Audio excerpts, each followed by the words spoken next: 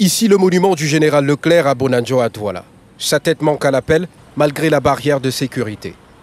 Le présumé coupable de cet acte de vandalisme, le nommé André Blaise Essama, en détention à la prison centrale de Nubel, après son interpellation le 10 mars dernier, suite à une plainte de la communauté urbaine de Douala contre lui. Au cas bien précis du monument Leclerc, il y a eu récidive. Ça fait 3 fois que nous sommes obligés de reconstituer ce monument parce que il y a des gens qui estiment que ce monument ne doit pas être là.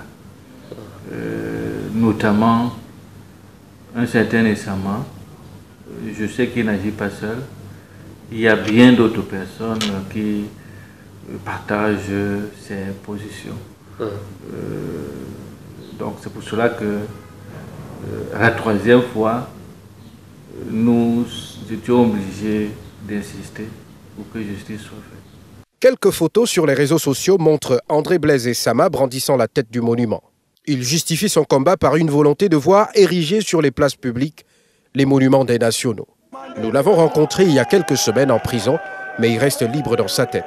Ça appartient à la France et la France serait fière de garder ce monument Leclerc à l'ambassade de France ou au centre culturel français, ce qu'on appelle aujourd'hui institut. Personne ne sera entré là-bas. Ces places publiques, ces rues publiques, c'est pour la fierté du peuple camerounais. À la place du général Leclerc, André Blaise Essama aimerait voir le monument de Oumniobé. Celui-ci existe même déjà et c'est l'œuvre d'une association d'artisans dénommée Amish Art. Le monument a été fabriqué à Fumban, acheminé à Douala et n'attend plus qu'à être érigé. C'est du laiton et du bronze que les forgerons de Fumban, mon équipe, on a eu, mais l'idée est venue d'avoir ce premier monument parce qu'il y a les autres. C'est nos héros. Le chef de l'État, la dernière fois, les a réhabilités.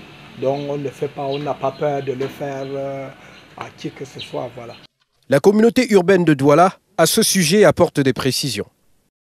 Oumniobé a déjà une rue, la rue Oumniobé, qui passe des brasseries du Cameroun, traverse un commando jusqu'au marché central. Tous ceux qui disent qu'ils ont déjà un monument déjà près de Oumniobé, j'ai dit je ne suis pas contre. J'ai même soutenu le dossier auprès de la commission urbaine de dénomination des rues et des espaces qui donnent leur avis. L'avis est favorable, mais ce monument va être à un point que nous allons trouver sur la rue Oumniobé. On n'a pas besoin d'aller enlever un monument historique pour mettre un autre, sans qu'il y ait une raison valable. Pour Maître Momo, l'avocat d'André Blaise Essama, son client mène un combat noble et soulève un débat national sur la reconnaissance des valeureux fils du Cameroun par le Cameroun. Arrêter un homme pour ses idées, parce qu'il s'agit de l'arrêter pour ses idées. Il n'a pas tué un homme. Il a détruit quand même. Il détruit quoi? Un ciment?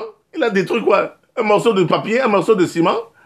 Un morceau de ciment, il a renversé un morceau de ciment ou de bronze qu'on peut recoller. Vous le mettez en prison pour ça? Ça dit que c'est ça la victoire. Démontrer que le Cameroun est un État sauvage avec n'est-ce pas, un régime colonial. Les héros et les vaillants fils du Cameroun sont-ils vraiment dans les oubliettes? Pour tous ceux qui pensent que les nationaux ne sont pas récompensés, c'est une idée erronée. La rue Dionjo est devenue rue Sopo-Prison. La rue Pau est devenue la rue Betoté Aqua. La rue Ivy est devenue la rue Christian Tobicouron.